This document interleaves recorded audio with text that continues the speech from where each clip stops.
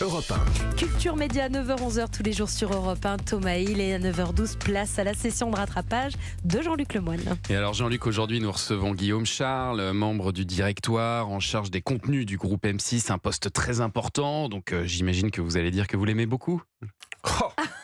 Oh, c'est mesquin, mais vous avez une image tellement déplorable de moi, Thomas. Vous pensez vraiment que je m'aplatis devant les puissants juste parce que je serai un petit peu carriériste?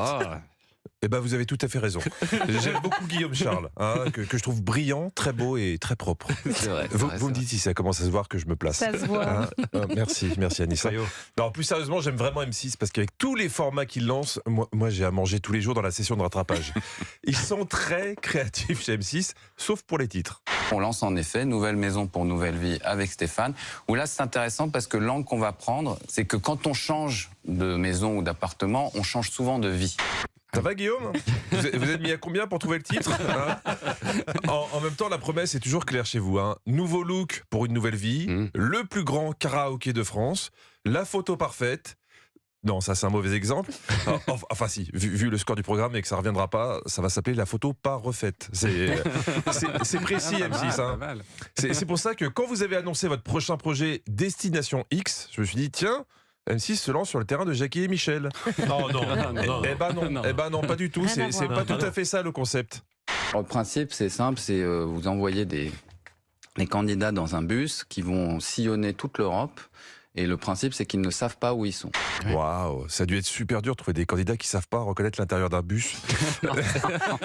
mais cette nouvelle émission prouve qu'M6 a de plus en plus d'argent. Dans Pékin Express, ils étaient à pied, maintenant ils sont en bus. Oui. Dans 10 ans, ils auront peut-être des jeux avec des voitures sans permis. Il y a un autre projet que j'attends avec impatience. J'ai vu son teaser, c'était pendant L'amour est dans le pré. M6 cherche son Golden Bachelor. Vous êtes un homme célibataire entre 60 et 75 ans. Vous êtes dynamique, charismatique et attentionné. Alors là, si je peux me permettre, il y a un peu de relâchement sur le titre. Golden Bachelor. On est plus proche du Golden Retriever que du Prince Charmant. Mais je comprends. C'était difficile de dire le vrai titre en français, le vieux célib. Ça fait moins rêver.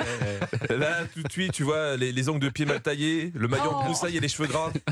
Et pour l'annonce, pareil, il faut décrypter un petit peu parce que c'est du langage télé, dynamique. Ça veut dire que c'est pas le déambulateur Bachelor. Faut pouvoir faire 3 mètres sans être essoufflé. Charismatique, ça veut dire que M6 recherche plus un gars qui plaît déjà aux femmes et qui pourrait donc se débrouiller très bien tout seul pour trouver l'amour. Et attentionné, traduction, qui peut faire des cadeaux, donc pas une pince ou un mec pauvre. S'il faut dire la vérité, Guillaume. Je préfère résumer, sinon vous allez avoir trop de candidatures. Mais il y a d'autres critères. Oui, et dans l'annonce, il y a d'autres critères, parce que tu sens que M6, ils veulent bien se baquer. Vous êtes divorcé ou veuf?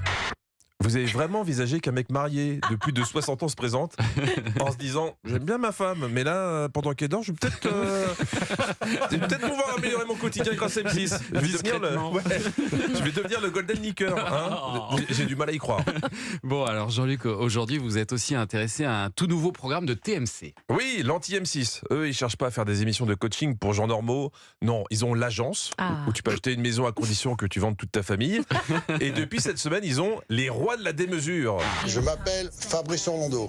Depuis plus de 20 ans, j'organise des fêtes et des mariages extraordinaires. On est les meilleurs du monde. Moi, la dernière fois que j'ai organisé une fête pour ma fille, j'ai fait venir un clown pour son anniversaire. Là, on est sur un autre niveau. Un anniversaire pour un client allemand. 50 ans, un budget de 400 000 euros. J'ai fait mon enquête à 400 000 euros. Normalement, tu as le droit de garder le clown. Tu peux même te paxer avec lui, c'est compris dedans. En tout cas, pour mener de tels projets, il faut avoir un patron qui sait motiver ses troupes. Bon, préparez vos équipes. C'est parti pour 8 mois de galère. J'ai eu l'impression d'entendre la direction d'Europe 1 parler à Thomas Hill de la présentation de Culture Média. Je plaisante. La présentation de Culture Média, c'est 10 mois de galère. C'est ça. Alors, un des gros enjeux du mariage, c'est de transformer le plafond de la salle de réception en rainforest. C'est un concept d'éclairage dont Fabrice est très fier. Le Rainforest, c'est un des concepts dont je suis le plus fier parce que c'est la première fois qu'on a gagné un award aux États-Unis devant les Américains. Devant les Américains. Oui, par moment, t'as l'impression que Fabrice sort de la vérité si je mens. Hein. C'est Marco Mouli. Ah ouais, c'est ça. Alors, je vais être très honnête. Tout n'est pas passionnant dans cette émission. Il y a des moments où tu sens qu'il meuble sévère. Vous allez écouter. Attention, dans 3, 2, 1, le moment de télé le moins intéressant de l'année. Allô? Ouais, Red, ça va? Ouais, ça va et toi? Ouais, comment ça se passe? Ouais, tranquille, ça avance. Ça avance? Ouais. Ok, super. Écoutez, moi, des moments de Ça télé avance, comme ça, je peux t'en produire des kilomètres. Excusez-moi, mais Guillaume, si ça vous intéresse, d'ailleurs, j'ai un concept avec un titre pour vous, ça s'appellerait Comment ça va, toi? Bien? Moi, coussi coussa. Tranquille. Avec que des conversations chiantes de tous les jours. C'est très concernant. Bon, le message que je retiendrai des rois de la démesure, c'est pour Anissa. Ah. Oui, Nini. On peut réussir dans la vie en ayant un niveau d'anglais de 6e. Car les mariés, vous savez, eux, ils ont eu un mariage à 180 000 euros. Ils ont demandé à Fabrice de célébrer leur mariage en anglais.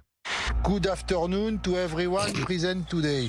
Quand j'attaque la cérémonie, bon, le bonjour, ça va, je le maîtrise en anglais. Good evening, ou je sais plus ce que c'est. Bon, là, jusque-là, je maîtrise, donc je me sens un peu confiant. Anissa, franchement, Yes. si Fabrice est confiant, it's time for you to go to the États-Unis. Ah, Good bah chance. It's a very good nouvelle for me. Good chance, Anissa. Ancien Ça va être d'Europe un 1, succès. Fabrice. Ancien d'Europe 1. C'est pas vrai. Ouais. Bien sûr. Ah. Réalisateur dans les années 90. Ah, réalisateur. Ah oui, d'accord. Il connaît c'est tout moi, le ça me monde, semblait. Julien. Eh ben, thank you, Jean-Luc Lemoyne. C'était Thank you, merveilleux. Et on vous retrouve demain. Tomorrow. Tomorrow morning.